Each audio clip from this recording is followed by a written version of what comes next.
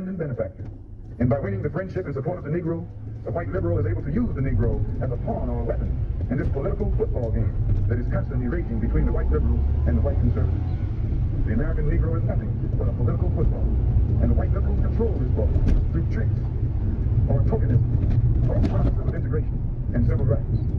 In this game of deceiving and using the American Negro, the white liberals have complete cooperation of the Negro Civil Rights League. Sell our people out for a few crumbs of token recognition, token gains, token progress. Now, when you hear this speech is given in the 60s, maybe late 50s and 60s, because he died, I want to say February of 1965, and MLK died, Dr. King died April 4th of 68, right? So this message is being given at a time where it's like, wait a minute, were white liberals the same then as they are today? Have they been at it for this long of a time? Where even Malcolm X said this? How do you process what Malcolm X just said in this message? I totally agree, and it's been the foundation of everything that I have done since then. That's what drove me. I go further by saying that many of the black elected officials and others commit treason against their own people by using race to deflect attention away from their own failures. In Baltimore, Freddie Gray was killed. That's when, to deflect attention away from why are blacks failing in school systems and in cities run by their own people for the past 50 years. If racism were the issue, then tell me, why are they failing? But the answer that they give is, well, the police are agents of white supremacy. There's always a racial deflection that prevents them from taking responsibility of why they are running their systems. But many of them are hypocrites because they don't live by the same rules. Eleanor Holmes North, Jesse Jackson, all of them sent their children to private schools in Washington while opposing school choice for poor black people. So you have this contradiction, but race really is being used as a shield and a sword, a shield to deflect attention away from their failure to address problems that were promised by the civil rights movement. How can you manipulate for this long, though? One may ask, how can you manipulate? 2012, 93% of African Americans voted Democrat. 2016, 89% of African Americans voted Democrat. 2020, 87%. So 93, 89, 87 voted Democrat. And, Malcolm X said this at the year that he said, this is 60-something years. How can you manipulate an entire voting bloc, an entire community for this many decades? Because race is a very emotional, deeply emotional issue. It's like the state of Israel is to Jews, it's an emotional issue, like abortion is to the right to life. And so it is a deeply, and they know it, and they do manipulate it that long. But also it's because Republicans have not been competitive either. When they were successful. Look at Dick Reardon in LA. He was the first Republican mayor in 35 years. How did he do that? Dick Reardon planted charitably 2 years before he harvested political. He went to the low-income Hispanic community and said, what is it that you need to rebuild your community? And he brought some of his friends to the table, and they built a state-of-the-art facility so that those communities could engage in after-school activities to teach English. It was only after he planted charitably that those liberal Democratic leaders embraced Dick Reardon. He became the first Republican mayor in 35 years, and when he got reelected by 60% of the demographic. DeSantis in 2018 got elected because of the black vote. He ran against Gillum, right? Andrew Gillum.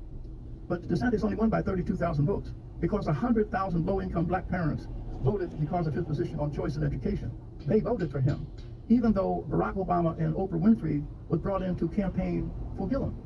So you have 100,000 blacks voting against Obama and voting against Oprah to elect because they made a decision based upon the content of the issue. And not enough Republicans did what DeSantis did. And when they do, I think they will be competitive. But apathy is what's keeping blacks.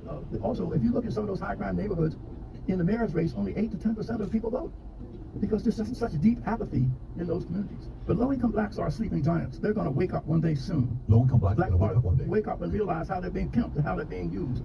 What's the tipping point? What needs to happen for them to wake up? I think the violence that is you're seeing now, a lot of unrest. 80% of black Americans polled do not support defund the police. 80%, but you won't know that by looking at the media. And 60% of blacks do not believe that racial discrimination is the biggest barrier to their flourishing. And so the challenge that we have is and what we're doing at the Woodson Center is giving voice to those people. We have about a couple thousand women who are Voices of Black Mothers United. These are women, moms who lost children to gun violence. They're coming. The leading cause of death of black kids is homicide. In Silicon Valley, it's suicide with young teenagers. And in Appalachia, it's prescription drugs. Well, the Woodson Center brought together representatives from those 3 communities, called the Mothers Consortium. And it was just common ground there. We united. And so what we must do is we must de-racialize race. But it's not enough to talk about what you're against. You've got to talk about what you're for. We should be for the saving of the children's lives.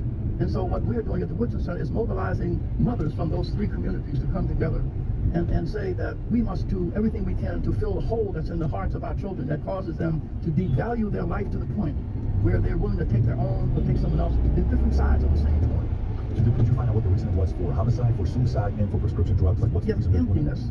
Emptiness. When you keep telling, when you keep broadcasting to people that they live in a country that despises them, particularly the low-income blacks, that you live in a country that despises you, like the 1619 Project said, that racism defines them, all whites are villains and victimizers and they're privileged.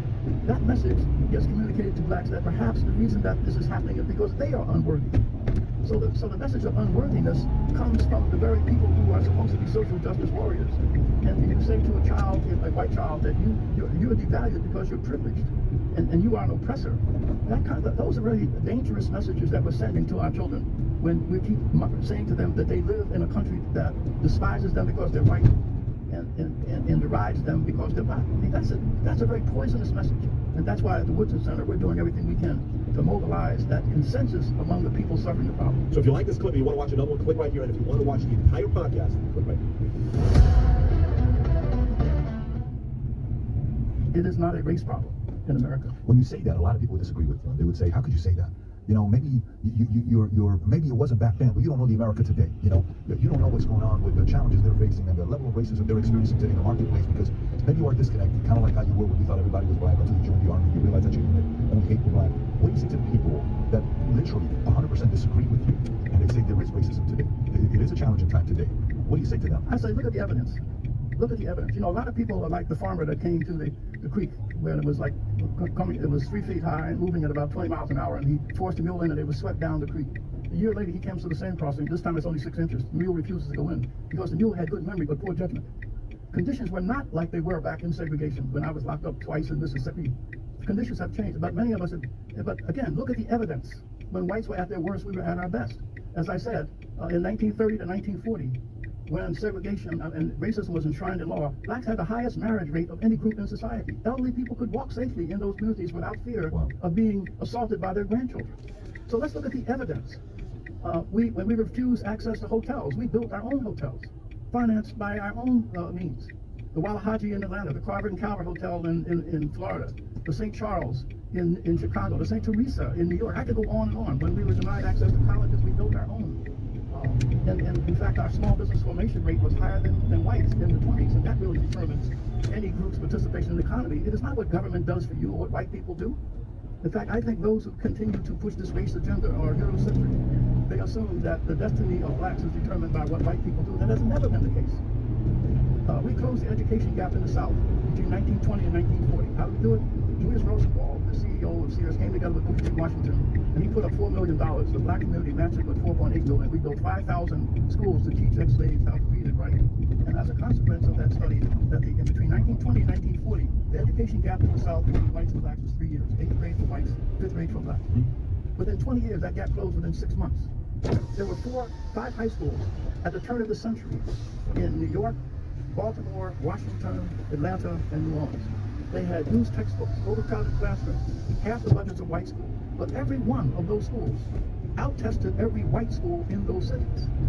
If we were able to close the education gap between 1920 and 1940 through self-determination and hard work, if we were able to out-test white schools in those cities, then the question is, in those same schools today in Baltimore, for instance, where they're run by blacks, not a single student could read at grade level or perform at grade level.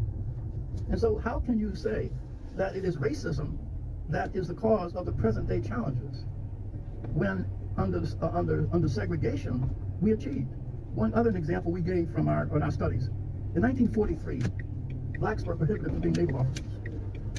Eleanor Roosevelt was persuaded her husband to train them, so they selected 16 black college-educated men for training, the Naval Academy, not the Academy, the Naval Training Center.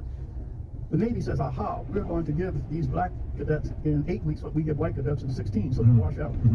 When these brothers found out what the deal was, they covered the windows in their barracks and stayed up all night and studied. When they were tested, they scored in the 90th percentile. Wow. So then they said, well, they cheated. So they tested them individually. They scored in the 93rd percentile. 13 of them eventually became naval officers. They called them the Golden 13. You can look it up. That test, the test scores today has never been better. So, again, I respond to people with evidence. the incarceration rates of blacks from the turn of the century up to the 60s.